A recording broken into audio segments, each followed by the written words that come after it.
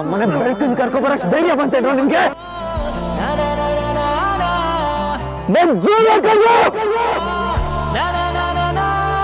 ನಿಮ್ಗೆ ಯಾವ ಅಲ್ಲಿ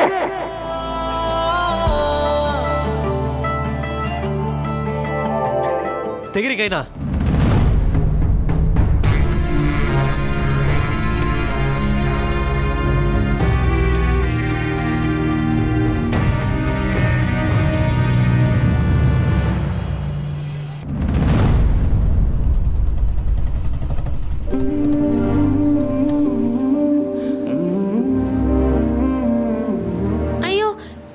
ನಿಲ್ಸಿದ್ರಿ? ಗಣೇಶ ತಗೊಳಕ್ಕೆ. ಮನೆಗ್ ತರೋ ಗಣೇಶನ ಯಾವತ್ತು ಅಂಗಡಿಯಿಂದ ತಗೊಂಡ್ ಬರ್ಬಾರ್ದು. ಇನ್ನೆಲ್ಲಿಂದ ತರಬೇಕು? ನಾವೇ ಜೇಡಿ ಮಣ್ಣಿಂದ ಮಾಡ್ಬೇಕು. ಮತ್ ಹಬ್ಬ ಮುಗ್ದ್ಮೇಲೆ ಮನೆಯಲ್ಲೇ ಒಳ್ಳೆ ನೀರಲ್ಲಿ ಹಾಕ್ಬೇಕು. ಆ ಮಣ್ಣ ಯಾವ್ದಾದ್ರೂ ಮರದ ಬುಡಕ್ ಹಾಕ್ಬೇಕು. ಗಣೇಶನ ಬರೀ ಮಣ್ಣಲ್ಲಿ ಮಾಡ್ಬೇಕು. ಸುಣ್ಣ ಬಣ್ಣ ಯಾವ್ದು ಬಳಿಬಾರ್ದು, ಹಾನಿಕಾರ ಆಗುತ್ತೆ. ಇಷ್ಟೆಲ್ಲ ಸ್ಪೀಚ್ ಕೊಟ್ರಲ್ಲ, ಮಣ್ಣು ಯಾರು ಕೊಡ್ತಾರೆ ಗಣೇಶನ್ ಮಾಡಕ್ಕೆ? ಇರಿ ಕೇಳ್ತೀನಿ.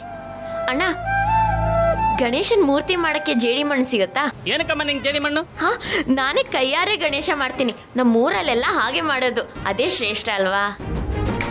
ಯಾವ ಊರ್ ತಾಯಿ ನಿಮ್ದು? ಕಲ್ಸ. ಇದು ಬೆಂಗಳೂರು ಕಣಮ್ಮ. ಇಲ್ಲಿ ಗಣಪತಿ ಮೂರ್ತಿ ಮಾಡೋದಕ್ಕೆ ಟೈಮ್ ಇರಲ್ಲ. ನಿನ್ ಮಣ್ಣು ತಗೊಂಡು ಅದ್ರಲ್ಲಿ ಗಣಪತಿ ಮಾಡ್ತೀನಿ ಅಂತ ಹೇಳ್ತಿದ್ಯಲ್ಲ, ನಿನ್ ಸಾಹಸನ ಮೆಚ್ಚಲೇಬೇಕಾಗಿದ್ದಮ್ಮ. ಹೋಗಲ್ಲಿ ಗೋಡನಲ್ಲಿ ಮಣ್ಣಿದೆ, ಅದನ್ನ ತಗೊಂಡು ಏನ್ ಬೇಕಾದ್ರೂ ಮಾಡೋದು. ಹಾ ಸರಿ ಅಣ್ಣ, ಬನ್ನಿ.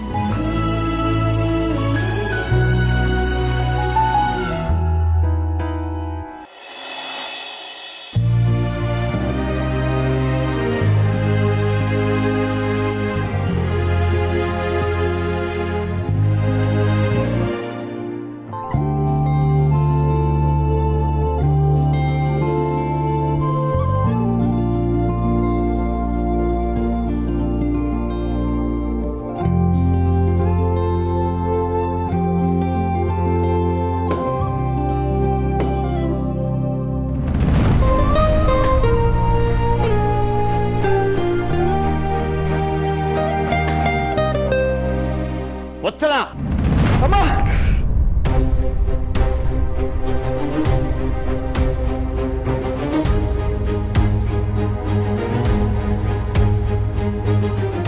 ಸಾಬ್ರೆ ಏನಾಗಿಲ್ಲ ಸಾಬ್ರೆ. ಬಿಡ ಕೈಲಿ, ಬಿಡ ಹೊರ ಒಳಗೆ ಕುತ್ಕೋ ಕುತ್ಕೋ ನಿಮಿಷ. ಏನು ಸಾಬ್ರೆ ಏನಾಗಿಲ್ಲ ಸಾಬ್ರೆ, ಸುಮ್ಮನೆ ಇರೋ ನೀನು. ಓ, ಅದೆಲ್ಲ ನೋಡ್ಕೊಂಡು ಮಾಡ್ಕೊಂಡು ಮಾಡೋದಲ್ ಬೇಡ. ಇದೆಲ್ಲ ಏನು ಬೇಡ ಸಾಹೇಬ್ರೆ, ಸುಮ್ಮನೆ ಕೂತ್ಕೋಬೇಕು.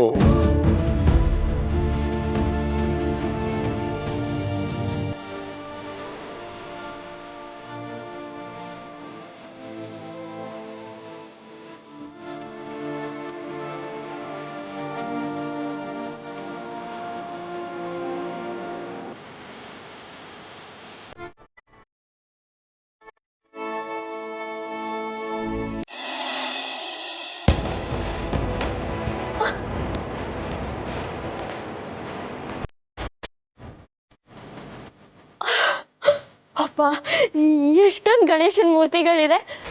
ಇದನ್ನೆಲ್ಲ ನೋಡಕ್ಕೆ 2 ಕಣ್ಣು ಸಾಲದು. ಅಪ್ಪ ಗಣೇಶ, ಈ ಪ್ರಪಂಚದಲ್ಲಿರೋ ಎಲ್ರಿಗೂ ಒಳ್ಳೆ ಬುದ್ಧಿ ಕೊಟ್ಟು ಕಾಪಾಡಪ್ಪ. ಬೇಡ್ಕೊಂಡಿದ್ ಕೂಡಲೇ ವರ ಕೊಡಂಗಿದ್ರೆ ಜಗತ್ತಲ್ಲಿ ಯಾರು ಕೆಟ್ಟವರೇ ಇರ್ತಾ ಇರ್ಲಿಲ್ಲ. ಯಾರು ಕೆಟ್ಟದ್ ಮಾಡ್ದೆ, ಎಲ್ರೂ ಒಳ್ಳೇದೇ ಮಾಡ್ತಿದ್ರೆ ದೇವ್ರ ಅವಶ್ಯಕತೆನೇ ಇಲ್ಲ.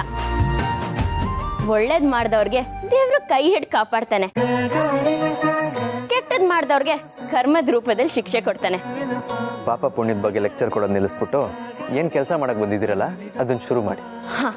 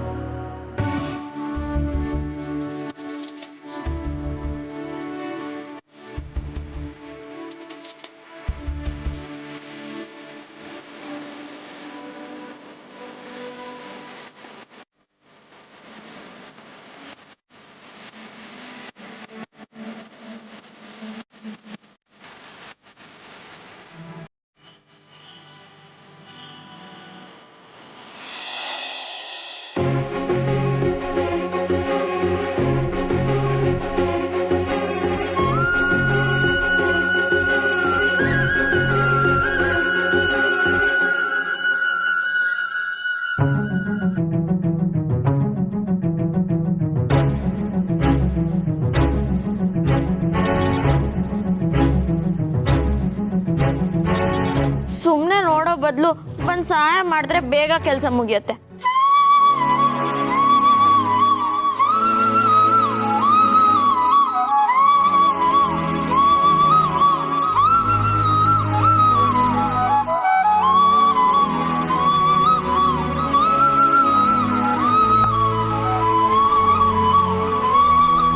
ಏನು ಮಾಡ್ಬೇಕು ಹೇಳಿದ್ರೆ ಮಾಡ್ಬೋದು.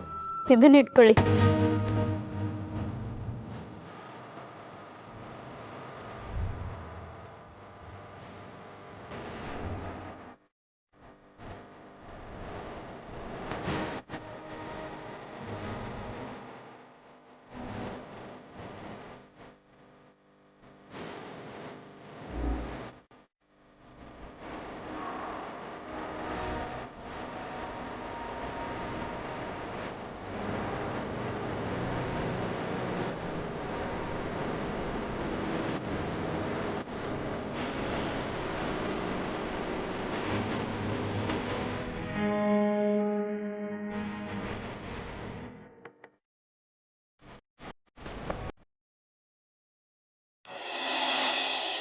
ಏನಾಯ್ತ್ರಿ?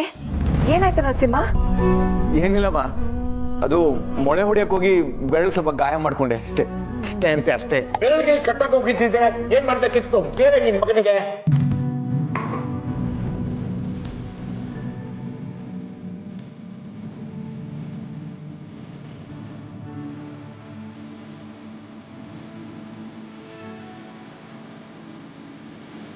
ಸರಿನಾ ನೀವು ಹೇಳ್ತಾ ಇರೋದು? ಅಲ್ಲ ಕಣ, ನೋಡ್ಕೊಂಡು ಕೆಲಸ ಮಾಡಕ್ಕಾಗಿಲ್ವೇನೋ ನೀನು? ಸಾರಿ ಅಮ್ಮ. ನನ್ಗಲ್ಲ, ನಿಮ್ಮ ಅಪ್ಪನ ಕೇಳು.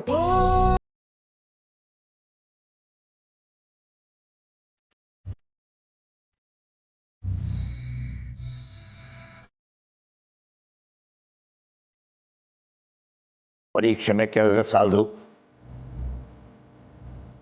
ಮಾಡಿರೋ ತಪ್ಪನ್ನ ತಿದ್ಕೊಂಡು ಸರಿಯಾದ ದಾರಿಲಿ ನಡೆಯಕ್ಕೆ ಹೇಳು ನಿನ್ನ ಮಗನಿಗೆ.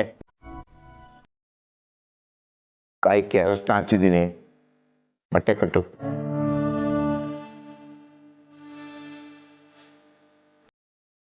ನರಸಿಂಹ, ನೀನು ಸಣ್ಣವನಿದ್ದಾಗ ನಿಮ್ಮಪ್ಪನೇ ಇದೇ ಥರ ಏನಾದ್ರು ಗಾಯ ಆದರೆ ಅದಕ್ಕೆ ಅರಿಶಿನ ಹಚ್ಚಿ ನಿನಗೆ ಆರೈಕೆ ಮಾಡ್ತಾ ಇದ್ರೆ.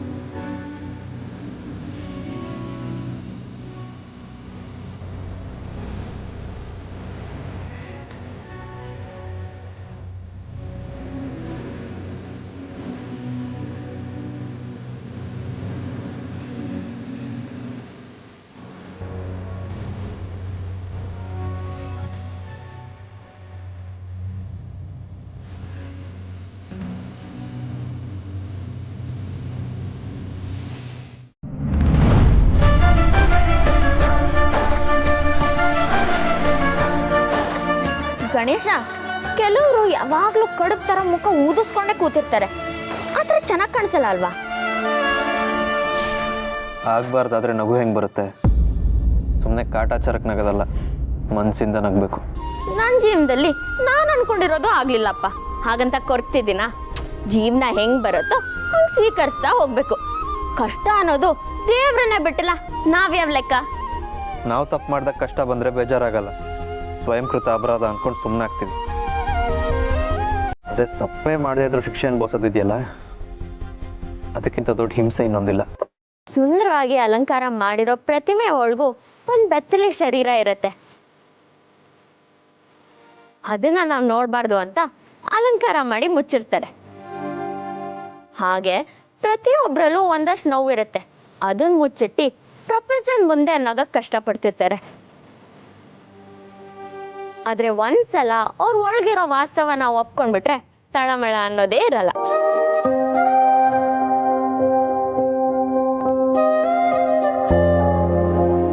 ಜೀವನ ಅನ್ನೋದು ಪ್ರೀತಿ ನಂಬಿಕೆಗಳ ಮೇಲೆ ನಿಲ್ಬೇಕು ಹೊರತು ಅನಿವಾರ್ಯತೆ ಅವಶ್ಯಕತೆಗಳ ಮೇಲಲ್ಲ. ಸಮಸ್ಯೆ ಹಿಂದೆ ಉತ್ತರ, ದುಃಖದ ಹಿಂದೆ ಸುಖ, ಕಷ್ಟದ ಹಿಂದೆ ಅವಕಾಶ ಇದ್ದೇ ಇರುತ್ತೆ. ನಾವು ಅದನ್ನ ಹೆಂಗೆ ಬಳಸ್ಕೋತೀವಿ ಅನ್ನೋದ್ಮೇಲೆ ನಮ್ಮ ಬದುಕು ನಿಂತಿರತ್ತೆ. ಜೀವನದಲ್ಲಿ ನಾವೇನೇ ಮಾಡ್ಬೇಕಂತಿದ್ರು ಮೊದಲು ಅದು ನಮ್ಗಿಷ್ಟ ಆಗಬೇಕು, ಆಗ್ಲೇ ನಾವು ಮುಂದೆ ಹೋಗಕ್ಕೆ ಸಾಧ್ಯ. ತಲುಪೋ ಗುರಿ ದೂರ ಇದೆ ಅಂತ ನಿಂತಲೇ ನಿಂತು ಯೋಚನೆ ಮಾಡೋ ಬದಲು ಕಷ್ಟ ಆದ್ರೂ ಪರವಾಗಿಲ್ಲ, ಇಷ್ಟಪಟ್ಟು ಹೆಜ್ಜೆ ಇಟ್ಟು ಸಾಕ್ತಾ ಹೋದ್ರೆ ಗುರಿ ತಲುಪ್ತೀವಿ. ಇಷ್ಟಪಡೋರೆ ಸಿಗ್ಲಿಲ್ಲ ಅಂದಾಗ ಯಾರ ಜೊತೆ ಹೆಜ್ಜೆ ಇಡಕ್ಕಾಗತ್ತೆ? ಆಗ ಸಂಬಂಧ ಅನ್ನೋದೇ ಸತ್ತು ಹೋಗಿರುತ್ತೆ. ಮನಸ್ತಾಪ ಬಂದಾಗ ಅಹಂಕಾರನ ಮುರಿಬೇಕೇ ಹೊರತು ಸಂಬಂಧನ ಅಲ್ಲ. ನೀವು ಹೀಗೆ ಮಾತಾಡ್ತಿದ್ರೆ ನಿಮ್ಮೆಲ್ಲರೋ ಕೋಪ ಜಾಸ್ತಿ ಆಗುತ್ತೆ ಹೊರತು ನಿಮ್ಮೆಲ್ಲರೋ ಭಾವನೆ ಬದಲಾಗಲ್ಲ. ಅಯ್ಯೋ, ನೀವ್ ನನ್ನನ್ನು ಒಪ್ಕೊಳ್ಳಿ ಅಂತ ನಾನು ಈ ತರ ಹೇಳ್ತಿಲ್ಲ. ಪ್ರೀತಿನ ಯಾವತ್ತೂ ಬಲವಂತಾಗಿ ಪಡ್ಕೋಬಾರ್ದು, ಆಗ ಪ್ರೀತಿಗೆ ಆಯಸ್ಸಿರಲ್ಲ. ಪ್ರೀತಿ ಯಾವತ್ತಿದ್ರು ತಾನಾಗ್ ತಾನೇ ಹುಟ್ಕೋಬೇಕು. ಅತಿ ಜನ್ಮದಲ್ಲಿ ಸಾಧ್ಯ ಇಲ್ಲ.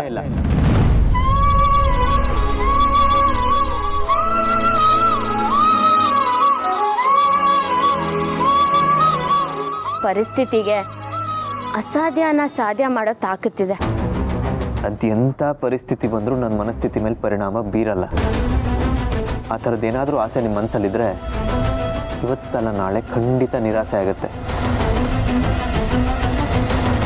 ನಿರ್ಧಾರ ಒಳ್ಳೇದಾಗಿದ್ದಾಗ 1000 ನಿರಾಸೆ ಬಂದ್ರೂ ಬದುಕು ನಿಲ್ಲಲ್ಲ. ನೀವು ಇದೇ ಥರ ಪದೇ ಪದೇ ಮಾತಾಡ್ತಿದ್ರೆ ನಾನು ಎದ್ದು ಮನೆಗೆ ಹೋಗ್ಬಿಡ್ತೀನಿ.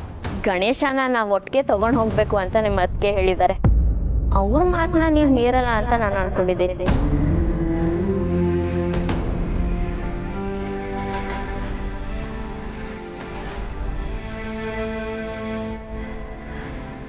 ಆಯ್ತು, ಬೇಗ ಕೆಲಸ ಮುಗಿಸಿ ಮನೆಗೆ ಹೊರಡೋಣ.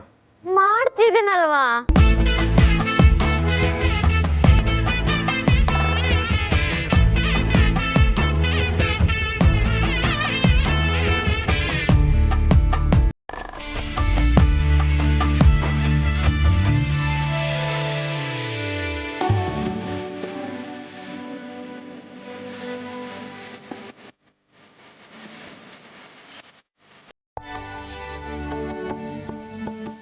ನೋಡಿ ಹೇಗಿದೆ ನಾವು ಮಾಡಿದ ಗಣೇಶ.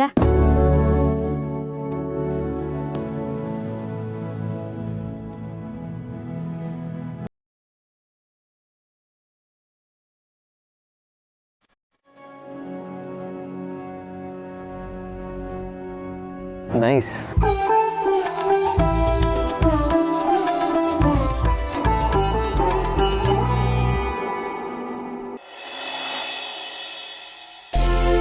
ಮೇಡಮ್, ಲೆಟರ್ ಬಂದಿದೆ. ಯಾರ ಹೆಸರಲ್ಲಿ? ಚಿರಾಗ್ ಸರ್ ಹೆಸರಿಗೆ.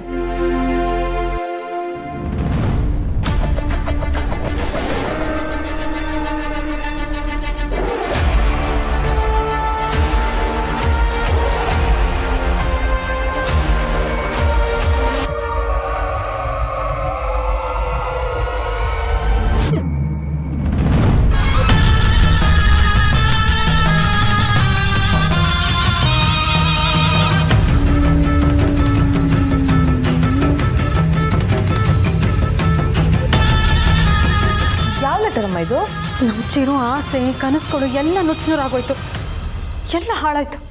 ಛ, ನಮ್ಮ ಚಿರು ಕಂಪನಿ ಕಟ್ಟಿದ ಉದ್ದೇಶನೇ ಅವ್ನ ಬ್ರ್ಯಾಂಡ್ ಇಂಟರ್ನ್ಯಾಷನಲ್ ಲೆವೆಲಲ್ಲಿ ರೆಕಗ್ನೈಸ್ ಆಗಬೇಕು ಅಂತ, ಅವನ ಕಂಪನಿ ಫೇಮಸ್ ಆಗಬೇಕು ಅಂತ ಆಸೆ ಪಟ್ಟಿದ್ದ. ಆದರೆ ಅವನ ಪ್ರಾಜೆಕ್ಟೇ ರಿಜೆಕ್ಟ್ ಆಗೋಯ್ತು. ಪಾಪ ನಮ್ಮ ಚಿರು ಆ ಹೊಳದೊಳ ಮನೆ ಕಾಲಿಟ್ಟಾಗಿಂದ ಒಂದು ಒಳ್ಳೆ ಕೆಲಸನೂ ಆಗ್ತಾ ಇಲ್ಲ. ನಾನೇ ಹೋಗಿ ಹೇಳಿ ಅವನಿಗೆ ಸಮಾಧಾನ ಮಾಡ್ತೀನಿ. ಒಂದು ನಿಮಿಷ ಚಿಕ್ಕತ್ತೆ, ನೀವು ಹೇಳಬೇಡಿ, ಟೈಮ್ ನೋಡಿಕೊಂಡು ನಾನೇ ಹೇಳ್ತೀನಿ. ಪಾಪ ಚಿರು ಮದುವೆ ಆದಾಗಿಂದ ಅವನ ಟೈಮೇ ಸರಿ ಇಲ್ಲ.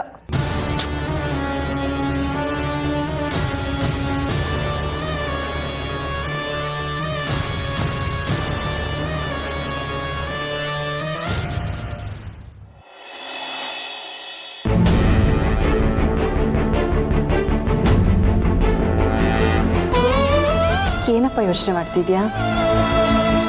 ಏನಿಲ್ಲಮ್ಮ, ಇವತ್ತು ಅಪ್ಪ ಅರ್ಶನ ಹಚ್ಬೇಕಾದ್ರೆ ನಾನು ಕಳ್ಕೊಂಡಿದ್ದ ಪ್ರೀತಿ ಎಲ್ಲ ಮತ್ತೆ ಸಿಕ್ಕಂಗಾಯ್ತು. ನಾನು ಚಿಕ್ಕ ಹುಡುಗ ಇದ್ದಾಗ ಏಟ್ ಮಾಡ್ಕೊಳ್ತಾ ಇದ್ದಾಗೆಲ್ಲ ಅಪ್ಪನೇ ಆರೈಕೆ ಮಾಡ್ತಿದ್ರು, ಅದೇ ನೆನಪಾಗ್ತಿತ್ತು. ಅಪ್ಪನ ಮೇಲೆ ಇಷ್ಟೊಂದು ಪ್ರೀತಿ ಇರೋನು ಅಪ್ಪ ಹೇಳ್ದಂಗೆ ಕೇಳ್ಕೊಂಡು ಅವ್ರ ಪ್ರೀತಿ ಅನುಭವಿಸ್ತಾ ಇಲ್ಲೇ ಇರ್ಬೋದಲ್ವ? ಬೆಳ್ದಿರೋ ಮಗ ನಮ್ಮ ಕಣ್ಮುಂದೆನೇ ಇದ್ದಾನೆ ಅಂತ ನಮಗೂ ಖುಷಿ ಆಗುತ್ತೆ ಕಣೋ. ಅದೇನೋ ನಿಜ. ಅಪ್ಪನಿಂದ ದೂರ ಇರೋದು ಎಷ್ಟು ಹಿಂಸೆ ಅಂತ ನನಗೆ ಮಾತ್ರ ಗೊತ್ತು. ಆದರೆ ಅಪ್ಪ ಈ ಥರ ನನಗೆ ಪ್ರೀತಿ ತೋರಿಸ್ಬೇಕು ಅಂದರೆ ನಾನು ದಿನ ಏಟ್ ಮಾಡ್ಕೋತಾ ಇರಬೇಕು. ಯಾಕೋ ಹಾಗೆ ಹೇಳ್ತೀಯಾ? ಹೌದಮ್ಮ, ಅಪ್ಪ ದಿನ ಇದೇ ಥರ ಪ್ರೀತಿ ನನಗೆ ಕೊಡ್ತಾರೆ ಅನ್ನೋ ನಂಬಿಕೆ ನನಗಿಲ್ಲ. ಯಾಕಂದರೆ ಅವ್ರು ನನ್ನ ಮೇಲೆ ಇಟ್ಟಿದ್ದ ನಂಬಿಕೆ ನಾನು ಕಳ್ಕೊಂಬಿಟ್ಟಿನಿ. ಈಗ ಅದ್ರ ಬಗ್ಗೆ ಯೋಚನೆ ಮಾಡಿ ಯಾವ ಉಪಯೋಗನೂ ಇಲ್ಲ. ಯಾವುದೇ ಕಾರಣಕ್ಕೂ ಅವ್ರನ್ನ ಒಪ್ಕೊಳ್ಳಲ್ಲಮ್ಮ. ಹಾಗೆ ಹೇಳ್ಬೇಡ ಕಣೋ. ನೋಡ್ತಾ ಇರು, ಅವ್ರು ನಿನ್ನ ಮಗ ಅಂತ ಒಪ್ಕೊಳ್ತಾರೆ. ಯೋಚನೆ ಮಾಡಬೇಡ. ಹೋಗಲಿ ಬ್ರಹ್ಮ, ಇವತ್ತಂತೂ ನನಗೆ ತುಂಬ ಖುಷಿ ಆಯಿತು. ಅವ್ರಿಗೂ ತುಂಬ ಖುಷಿಯಾಗಿದೆ ಕಣೋ. ನಿನ್ನ ಬೆರಳಿಗೆ ಏಟಾಯಿತು ಅನ್ನೋ ಗಾಬರಿಲಿ ಅವ್ರ ಅರಿಶಿನ ಹಚ್ಚುವಾಗ ನಾನು ಅವ್ರ ಮುಖದಲ್ಲಿದ್ದ ಕಾಳಜಿನ ಗಮನಿಸಿದೆ. ಅದರಲ್ಲೇ ಗೊತ್ತಾಗುತ್ತೆ ಅವ್ರಿಗೆ ನಿನ್ನ ಮೇಲೆ ಇಷ್ಟು ಪ್ರೀತಿ ಇದೆ ಅಂತ. ನನಗೂ ಹಾಗೆ ಅನ್ನಿಸ್ತಮ್ಮ.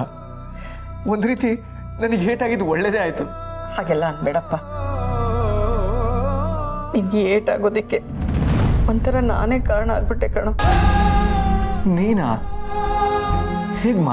ಅಪ್ಪ ಮಗ ಒಟ್ಟಿಗೆ ಕೆಲಸ ಮಾಡೋ ಥರ ಆಗಲಿ ಅಂತ ನಿಮ್ಮಪ್ಪ ಕರೆದಾಗ ನಾನು ಬೇಕು ಅಂತ ಬರಲಿಲ್ಲ.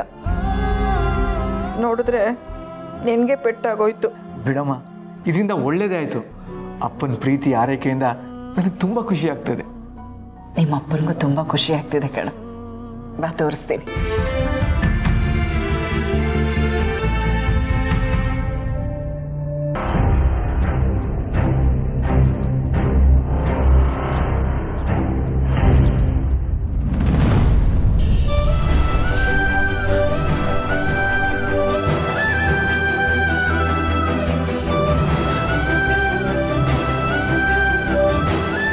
ಏನ್ಮಾ ಸಾಹೇಬರು ದಮ್ ಹೊಡಿತಾ ಇದ್ದಾರೆ, ಅದರಲ್ಲಿ ಏನಿದೆ? ಹೇಯ್, ಏನೋ ಅದು ದಮ್ಮು ಗಿಮ್ಮು ಅಂತ? ಇವತ್ತು ಇವರು ನಿನ್ನಿಂದ ಇಷ್ಟೊಂದು ಸಂತೋಷವಾಗಿದ್ದಾರೆ.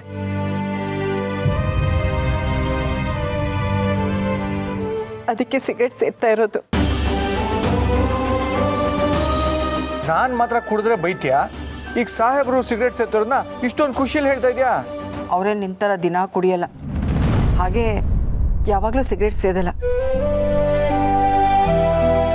ಇವತ್ತು ಅವ್ರಿಗೆ ತುಂಬ ಸಂತೋಷವಾಗಿದೆ, ಅದಕ್ಕೆ ಸೇರ್ತಾ ಇರೋದು. ದೀಪು ಮದುವೆ ಆಗಿ ಹೋದ್ಮೇಲೆ ಇವತ್ತೇ ಅವ್ರು ಇಷ್ಟೊಂದು ಖುಷಿಯಾಗಿರೋದು.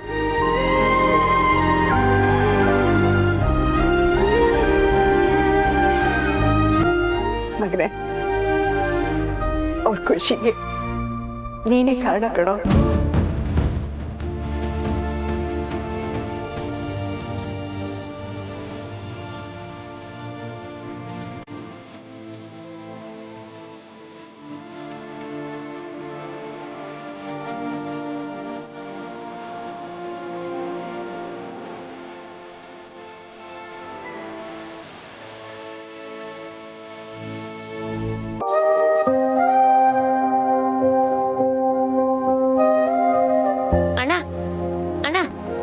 ನೋಡಿ, ನಾನೇ ಗಣೇಶ ಮಾಡಿದೆ.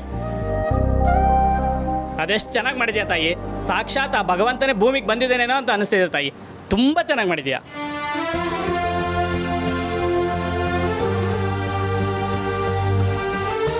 ಮೂರ್ತಿ, ನನಗೂ ಈ ಥರದ್ದೇ ಗಣಪತಿ ಬೇಕು. ದುಡ್ಡು ಎಷ್ಟಾದರೂ ಪರವಾಗಿಲ್ಲ.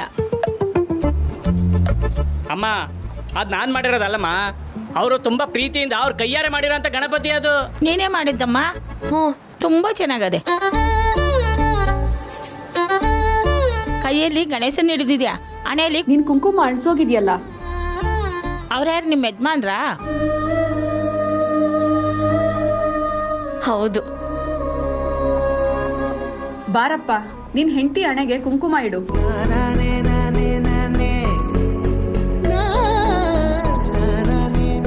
ಯಾಕಪ್ಪ ಹಂಗೆ ನಿಂತ್ಬಿಟ್ಟೆ? ಕುಂಕುಮ ಇಡು.